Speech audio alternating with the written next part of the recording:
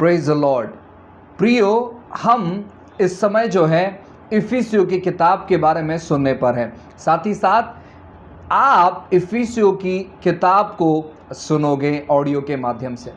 प्रियो, इफिसियों की किताब जो है ये स्वयं प्रेरित पौलुस ने लिखा है और इस किताब की शुरुआत बहुत ही असीम तौर पर होती है, क्योंकि इस किताब के शुरुआती वचनों में लिखा गया है कि किस प्रकार परमेश्वर ने सारी आत्मिक आशीषें हर एक अपने संतानों को दे दी है जो उस पर विश्वास करते हैं। और परमेश्वर चाहते हैं कि उन सारी आत्मिक आशीषों से आप भर जाए। उसके बाद प्रभु चाहते कि जैसे आप आगे को वचनों को पढ़ोगे, अध्ययन करोगे, आपको यह पता चलेगा कि उन सारी आत्मिक आशीषों को लेकर एक मसीह व्यक्ति खड़ा होना चाहिए। और फिर जब आप आगे को वचन पढ़ोगे फिर आपको मालूम पड़ेगा कि उन आशीषों को अपने प्रतिरोध के जिंदगी में कैसे आप इस्तेमाल कर सकते हैं। साथ ही साथ आप इस किताब में मसीह के प्रेम के बारे में, बलिदान के बारे में, क्षमा के बारे में, अनुग्रह के बारे में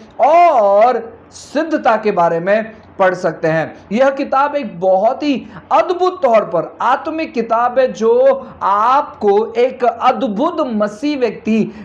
कैसे इस पृथ्वी पर रहकर जी सकते हैं, यह किताब आपको सिखाएगा। इस किताब में असीम रहस्य भरे हुए हैं। हमारी यह प्रार्थना है कि आप इस किताब को पढ़ते हुए परमेश्वर के उन असीम अनुग्रह को अपने जीवन में अनुभव करें। आइए प्रार्थना करते हैं। पिताजी, फिर एक बार हम आपको धन्यवाद देते हैं, आपके नाम को ऊंचाई पर उठाते हैं। प्रभु, आपकी कृपा, आपकी दया, आपकी भलाई को परमेश्वर इस समय हम लोगों के जीवन पर रिलीज करते हैं और प्रार्थना करते हैं प्रभु जी, आपकी इच्छा, आपकी योजना हर एक के जीवन में प्रकट होने के लिए। हर प्रकार की नासमझ, हर प्रकार की बाधाएं, बंधन यीशु के नाम से टूट जाए, ऐसे हम प्रार्थना करते हैं। और प्रार्थना करते हैं प्रभु कि आपकी इच्छा और आपकी योजना हर एक लोग के जीवन में पूरी हो। परमेश्वर, आपने अनुग्रह किया, इसलिए हम धन्यवाद देते हैं। सारी चीज़ और सारी बातें आपके हाथ में समर्पित करते हैं। महान महिमा आपको देते हैं। प्रार्थना यीशु के नाम से मांगते हैं, आमेन, आमेन, आमेन। आइए साथ मिलकर इस इफिसियों किताब को सुनते हैं। इफिसियों अध्याय 1। पौलुस की ओर से, जो परमेश्वर की इच्छा से यीशु मसीह का प्रेरित है, उन पवित्र और मसीह यीशु में विश्वासी लोगों के नाम जो इफिसुस में हैं,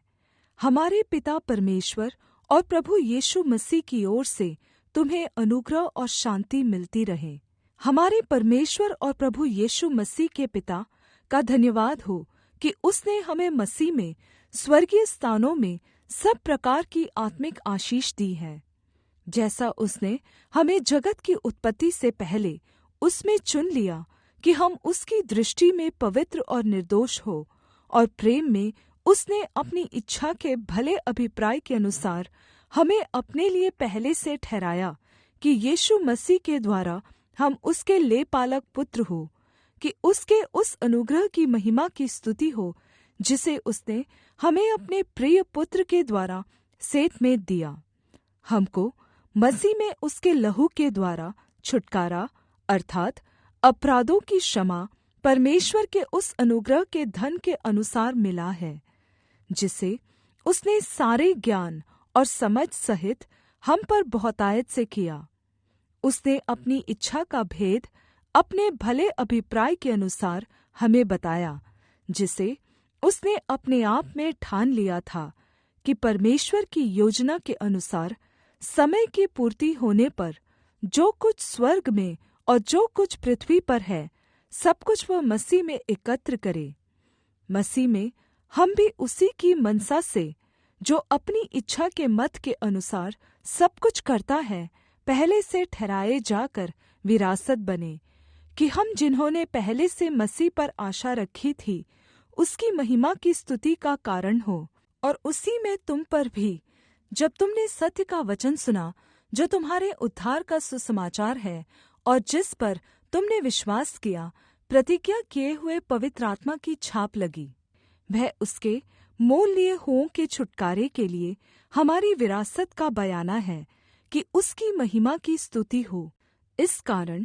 मैं भी उस विश्वास जो तुम लोगों में प्रभु यीशु पर है और सब पवित्र लोगों के प्रति प्रेम का समाचार सुनकर तुम्हारे लिए परमेश्वर का धन्यवाद करना नहीं छोड़ता और अपनी प्रार्थनाओं में तुम्हें स्मरण किया करता हूँ कि हमारे प्रभु यीशु मसीह का परमेश्वर जो महिमा का पिता है तुम्हें बुद्धि की आत्मा और अपने ज्ञान का प्रकाश दे और तुम्हारे मन की आँखें ज्योतिर्मय हो कि तुम जान लो कि हमारे बुलाहट की आशा क्या है और पवित्र लोगों में उसकी विरासत की महिमा का धन कैसा है और उसकी सामर्थ्य हमारी ओर जो विश्वास करते हैं कितनी महान है, उसकी शक्ति के प्रभाव के उस कार्य के अनुसार जो उसने मसीह के विषय में किया कि उसको मरे हुओं में से जिलाकर स्वर्गीय स्थानों में अपनी दाहिनी ओर सब प्रकार की प्रधानता और अधिकार और सामर्थ्य और प्रभुता के और हर एक नाम के ऊपर जो न केवल इस लोक में पर आने वाले लोक में भी लिया जाएगा बैठाया और सब कुछ उसके पाँव तले कर दिया और उसे सब वस्तुओं पर शिरोमणि ठहराकर कलीसिया को दे दिया। यह उसकी देह है और उसी की परिपूर्णता है जो सब में सब कुछ पूर्ण करता है। इफिसियों अध्याय 2। और उसने तुम्हें भी जिलाया जो अपने अपराधों और पापों के कारण मरे हुए थे, जिनमें तुम पहले इस संसार की रीति पर और आकाश के अधिकार के अधिपति अर्थात् उस आत्मा के अनुसार चलते थे जो अब भी आज्ञा न मानने वालों में कार्य करता है। इनमें हम भी सब के सब पहले अपने शरीर की लालसाओं में दिन बिताते थे और शरीर और मन की मनसाएं पूरी करते थे और अन्य लोगों के समान स्वभाव ही से क्रोध की संतान थे। परंतु परमेश्वर ने जो दया का धनी है अपने उस बड़े प्रेम के कारण जिससे उसने हमसे प्रेम किया, जब हम अपराधों के कारण मरे हुए थे तो हमें मसीह के साथ जिलाया, अनुग्रह ही से तुम्हारा उद्धार हुआ है और मसीह यीशु में उसके साथ उठाया और स्वर्गीय स्थानों में उसके साथ बैठाया, कि वह अपनी उस दया से जो मसीह यीशु में हम पर है आने वाले समयों में अपने अनुग्रह का असीम धन दिखाए। क्योंकि विश्वास के द्वारा अनुग्रह ही से तुम्हारा उद्धार हुआ है और यह तुम्हारी ओर से नहीं वरन परमेश्वर का दान है, और न कर्मों के कारण, ऐसा न हो कि कोई घमंड करे। क्योंकि हम परमेश्वर की रचना है और मसीह यीशु में उन भले कामों के लिए सिरजे गए जिन्हें परमेश्वर ने पहले से हमारे करने के लिए तैयार किया। इस कारण स्मरण करो कि तुम जो शारीरिक रीति से अन्य जाति हो और जो लोग शरीर में हाथ के किए हुए खतने से खतना वाले कहलाते हैं, वे तुमको खतना रहित कहते हैं। तुम लोग उस समय मसीह से अलग और इस्राएल की प्रजा के पद से अलग किए हुए और प्रतिज्ञा की वाचाओं के भागी न थे और आशाहीन और जगत में ईश्वर रहित थे। पर अब मसीह यीशु में तुम जो पहले दूर थे, मसीह के लहू के द्वारा निकट हो गए हो, क्योंकि वही हमारा मेल है जिसने यहूदियों और अन्य जातियों को एक कर दिया और अलग करने वाले दीवार को जो बीच में थी ढा दिया, और अपने शरीर में बैर अर्थात् वह व्यवस्था जिसकी आज्ञाएं विधियों की रीति पर थी मिटा दिया, कि दोनों से अपने में एक नई जाति उत्पन्न करके मेल करा दे, और क्रूस पर बैर को नाश करके इसके द्वारा दोनों को एक देह बनाकर परमेश्वर से मिलाए। और उसने आकर तुम्हें जो दूर थे और उन्हें जो निकट थे, दोनों को मेल मिलाप का सुसमाचार सुनाया। क्योंकि उसी के द्वारा हम दोनों की एक आत्मा में पिता के पास पहुँच होती है। इसलिए तुम अब परदेशी और मुसाफिर नहीं रहे, परंतु पवित्र लोगों के संगी स्वदेशी और परमेश्वर के घराने के हो गए, और प्रेरितों और भविष्यद्वक्ताओं की नींव पर, जिसके कोने का पत्थर मसीह यीशु आप ही हैं, बनाए गए हो, जिसमें सारी रचना एक साथ मिलकर प्रभु में एक पवित्र मंदिर बनती जाती है, जिसमें तुम भी आत्मा के द्वारा परमेश्वर का निवासस्थान होने के लिए एक साथ बनाए जाते हो। इफिसियों अध्याय 3। इसी कारण मैं पौलुस, जो तुम अन्य जातियों के लिए मसीह यीशु का बंदी हूँ, यदि तुमने परमेश्वर के उस अनुग्रह के प्रबंध का समाचार सुना हो जो तुम्हारे लिए मुझे दिया गया, अर्थात यह कि वह भेद मुझ पर प्रकाश के द्वारा प्रकट हुआ, जैसा मैं पहले संक्षेप में लिख चुका हूँ, जिससे तुम पढ़कर जान सकते हो कि मैं मसीह का वह भेद कहाँ तक समझता हूँ, जो अन्य समयों में मनुष्यों की संतानों को ऐसा नहीं बताया गया था, जैसा कि आत्मा के द्वारा अब उसके पवित्र प्रेरितों और भविष्यद्वक्ताओं पर प्रकट किया गया है। अर्थात यह कि मसीह यीशु में सुसमाचार के द्वारा अन्य जातीय लोग विरासत में सहभागी और एक ही देह के और प्रतिज्ञा के भागी हैं। और मैं परमेश्वर के अनुग्रह के उस दान के अनुसार जो सामर्थ्य के प्रभाव के अनुसार मुझे दिया गया, उस सुसमाचार का सेवक बना। मुझ पर, जो सब पवित्र लोगों में से छोटे से भी छोटा हूँ, यह अनुग्रह हुआ कि मैं अन्य जातियों को मसीह के अगम्य धन का सुसमाचार सुनाऊं और सब पर यह बात प्रकाशित करूं कि उस भेद का प्रबंध क्या है, जो सबके सृजनहार परमेश्वर में आदि से गुप्त था, ताकि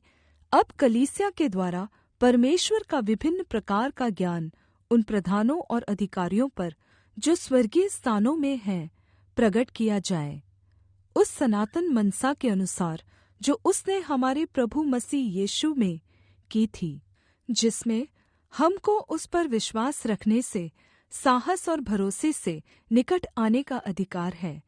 इसलिए मैं विनती करता हूँ कि जो क्लेश तुम्हारे लिए मुझे हो रहे हैं, उनके कारण साहस न छोड़ो, क्योंकि उनमें तुम्हारी महिमा है। मैं इसी कारण उस पिता के सामने घुटने टेकता हूँ, जिससे स्वर्ग और पृथ्वी पर हर एक घराने का नाम रखा जाता है, कि वह अपनी महिमा के धन के अनुसार तुम्हें यह दान दे कि तुम उसके आत्मा से अपने भीतरी मनुष्यत्व में सामर्थ्य पाकर बलवन्त होते जाओ, और विश्वास के द्वारा मसीह तुम्हारे हृदय में बसे, कि तुम प्रेम में जड़ पकड़कर और नींव डालकर सब पवित्र लोगों के साथ भली भाँति समझने की शक्ति पाओ कि उसकी चौड़ाई और लंबाई और ऊंचाई और गहराई कितनी है, और मसीह के उस प्रेम को जान सको जो ज्ञान से परे है, कि तुम परमेश्वर की सारी भरपूरी तक परिपूर्ण हो जाओ। अब जो ऐसा सामर्थी है कि हमारी विनती और समझ से कहीं अधिक काम कर सकता है, उस सामर्थ्य के अनुसार जो हम में कार्य करता है, कलीसिया में और मसीह यीशु में उसकी महिमा पीढ़ी से पीढ़ी तक युगानुयुग होती रहे। आमीन। इफिसियों अध्याय 4। इसलिए मैं जो प्रभु में बंदी हूँ, तुमसे विनती करता हूँ कि जिस बुलाहट से तुम बुलाए गए थे, उसके योग्य चाल चलो, अर्थात सारी दीनता और नम्रता सहित और धीरज धरकर प्रेम से एक दूसरे की सह लो, और मेल के बंधन में आत्मा की एकता रखने का यत्न करो। एक ही देह है और एक ही आत्मा, जैसे तुम्हें जो बुलाए गए थे, अपने बुलाए जाने से एक ही आशा है, एक ही प्रभु है, एक ही विश्वास, एक ही बपतिस्मा, और सबका एक ही परमेश्वर और पिता है, जो सबके ऊपर और सबके मध्य में और सब में है। पर हम में से हरेक को मसीह के दान के परिमाण से अनुग्रह मिला है। इसलिए वह कहता है, वह ऊंचे पर चढ़ा और बंदियों को बांध ले गया और मनुष्यों को दान दिए। उसके चढ़ने से और क्या अर्थ पाया जाता है? केवल यह है कि वह पृथ्वी की निचली जगहों में उतरा भी था, और जो उतर गया यह वही है जो सारे आकाश के ऊपर चढ़ भी गया, कि सब कुछ परिपूर्ण करे। और उसने कुछ को प्रेरित नियुक्त करके, और कुछ को भविष्यद्वक्ता नियुक्त करके, और कुछ को सुसमाचार सुनाने वाले नियुक्त करके, और कुछ को रखवाले और उपदेशक नियुक्त करके दे दिया, जिससे पवित्र लोग सिद्ध हो जाए और सेवा का काम किया जाए और मसीह की देह उन्नति पाए, जब तक कि हम सब के सब विश्वास और परमेश्वर के पुत्र की पहचान में एक न हो जाए और एक सिद्ध मनुष्य न बन जाए और मसीह के पूरे डील डौल तक न बढ़ जाए, ताकि हम आगे को बालक न रहे, जो मनुष्यों की ठग विद्या और चतुराई से उनके भ्रम की युक्तियों की और उपदेश की हर एक वायु से उछाले और इधर-उधर घुमाए जाते हो, वरन प्रेम में सच बोले और सब बातों में उसमें जो सिर है अर्थात मसीह में बढ़ते जाएं, जिससे सारी देह हर एक जोड़ की सहायता से एक साथ मिलकर और एक साथ गठकर उस प्रभाव के अनुसार जो हर एक अंग के ठीक-ठीक कार्य करने के द्वारा उसमें होता है, अपने आप को बढ़ाती है कि वह प्रेम में उन्नति करती जाए। इसलिए मैं यह कहता हूँ और प्रभु में जताए देता हूँ कि जैसे अन्य जाति लोग अपने मन की अनर्थ की रीति पर चलते हैं, तुम अब से फिर ऐसे न चलो, क्योंकि उनकी बुद्धि अंधेरी हो गई है और उस अज्ञानता के कारण जो उनमें है और उनके मन की कठोरता के कारण वे परमेश्वर के जीवन से अलग किए हुए हैं, और वे सुन्न होकर लुचपन में लग गए हैं कि सब प्रकार के गंदे काम लालसा से किया करे। पर तुमने मसीह की ऐसी शिक्षा नहीं पाई, वरन तुमने सचमुच उसी की सुनी और जैसा यीशु में सत्य है उसी में सिखाए भी गए, कि तुम अपने चाल चलन के पुराने मनुष्यत्व को, जो भरमाने वाली अभिलाषाओं के अनुसार भ्रष्ट होता जाता है, उतार डालो और अपने मन के आत्मिक स्वभाव में नए बनते जाओ और नए मनुष्यत्व को पहन लो, जो परमेश्वर के अनुसार सत्य की धार्मिकता और पवित्रता में सिरजा गया है। इस कारण झूठ बोलना छोड़कर हर एक अपने पड़ोसी से सच बोले, क्योंकि हम आपस में एक दूसरे के अंग हैं।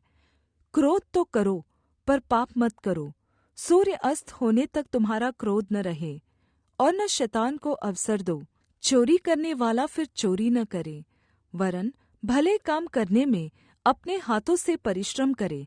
इसलिए कि जिसे प्रयोजन हो उसे देने को उसके पास कुछ हो। कोई गंदी बात तुम्हारे मुँह से न निकले, पर आवश्यकता के अनुसार वही निकले जो उन्नति के लिए उत्तम हो, ताकि उससे सुनने वालों पर अनुग्रह हो। परमेश्वर के पवित्र आत्मा को शोकित मत करो, जिससे तुम पर छुटकारे के दिन के लिए छाप दी गई है। सब प्रकार की कड़वाहट और प्रकोप और क्रोध और कलह और निंदा सब बैरभाव समेत तुमसे दूर की जाए। एक दूसरे पर कृपालु और करुणामय हो, और जैसे परमेश्वर ने मसीह में तुम्हारे अपराध क्षमा किए, वैसे ही तुम भी एक दूसरे के अपराध क्षमा करो। इफिसियों अध्याय 5। इसलिए प्रिय बच्चों के समान परमेश्वर का अनुसरण करो और प्रेम में चलो, जैसे मसीह ने भी तुमसे प्रेम किया और हमारे लिए अपने आप को सुखदायक सुगंध के लिए परमेश्वर के आगे भेंट करके बलिदान कर दिया। जैसा पवित्र लोगों के योग्य है, वैसा तुम में व्यभिचार और किसी प्रकार के अशुद्ध काम या लोभ की चर्चा तक न हो, और न निर्लज्जता, न मूर्खता की बातचीत की, न उपहास की, क्योंकि ये बातें शोभा नहीं देती, वरन धन्यवाद ही सुना जाए।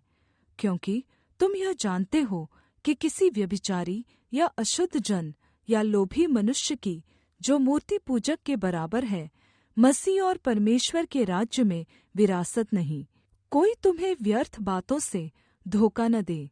क्योंकि इन्हीं कामों के कारण परमेश्वर का क्रोध आज्ञा न मानने वालों पर भड़कता है।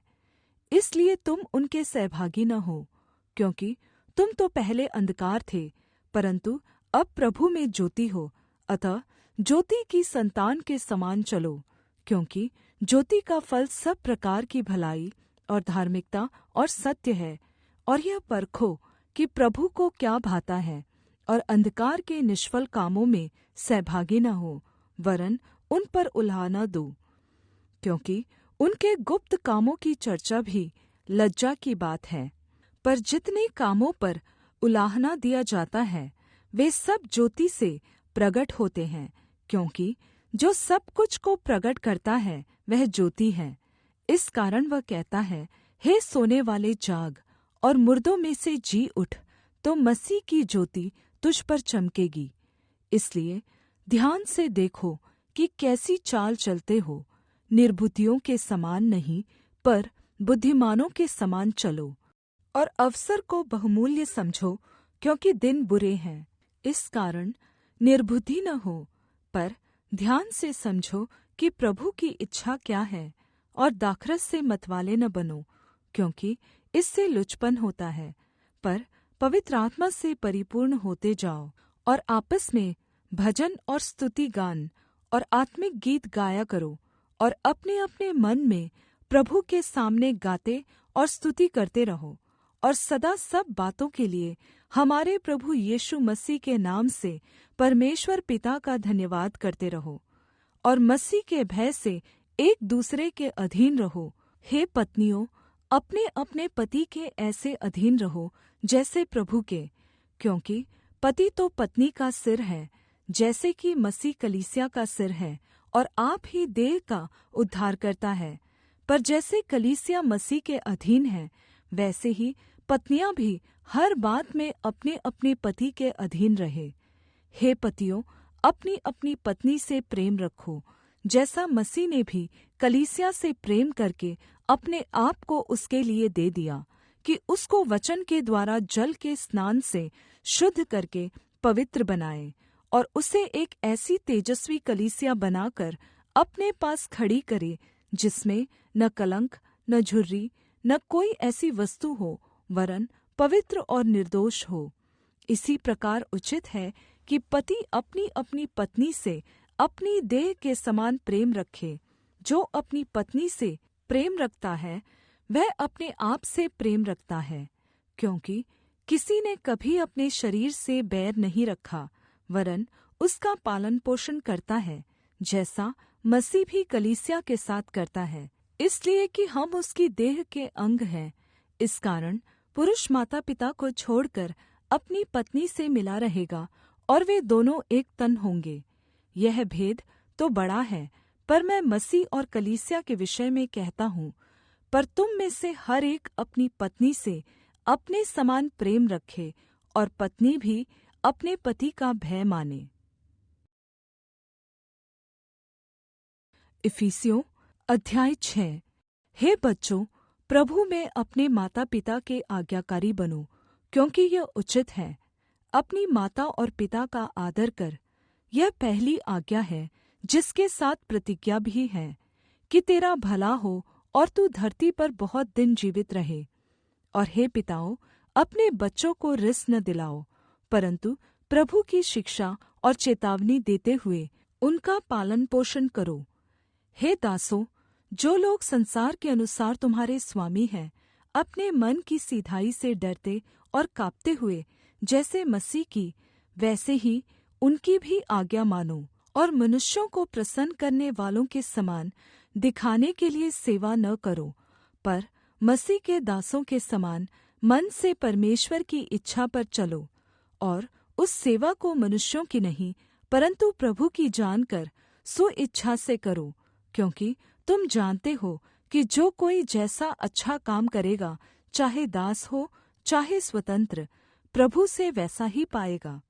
और हे स्वामियों, तुम भी धमकियाँ छोड़कर उनके साथ वैसा ही व्यवहार करो, क्योंकि जानते हो कि उनका और तुम्हारा दोनों का स्वामी स्वर्ग में है, और वह किसी का पक्ष नहीं करता। इसलिए प्रभु में और उसकी शक्ति के प्रभाव में बलवन्त बनो। परमेश्वर के सारे हथियार बाँध लो, कि तुम शैतान की युक्तियों के सामने खड़े रह सको। क्योंकि हमारा यह मल्लयुद्ध लहू और मांस से नहीं, परंतु प्रधानों से और अधिकारियों से और इस संसार के अंधकार के शासकों से और उस दुष्टता की आत्मिक सेनाओं से है, जो आकाश में है। इसलिए परमेश्वर के सारे हथियार बाँध लो, कि तुम बुरे दिन में सामना कर सको और सब कुछ पूरा करके स्थिर रह सको।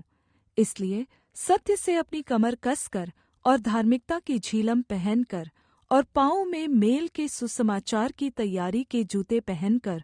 और उन सब के साथ विश्वास की ढाल लेकर स्थिर रहो, जिससे तुम उस दुष्ट के सब जलते हुए तीरों को बुझा सको,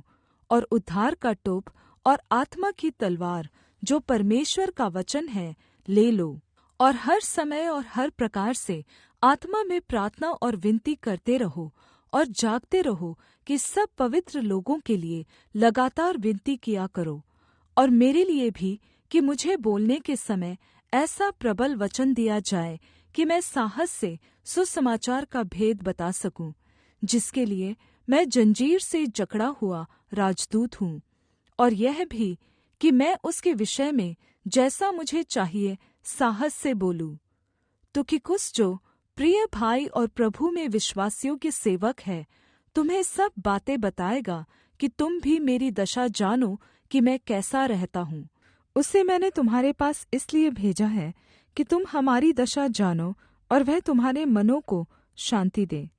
परमेश्वर पिता और प्रभु यीशु मसीह की ओर से भाइयों को शान्ति और विश्वास सहित प्रेम मिले। जो हमारे प्रभु यीशु मसीह से अमर प्रेम रखते हैं, उन सब पर अनुग्रह होता रहे।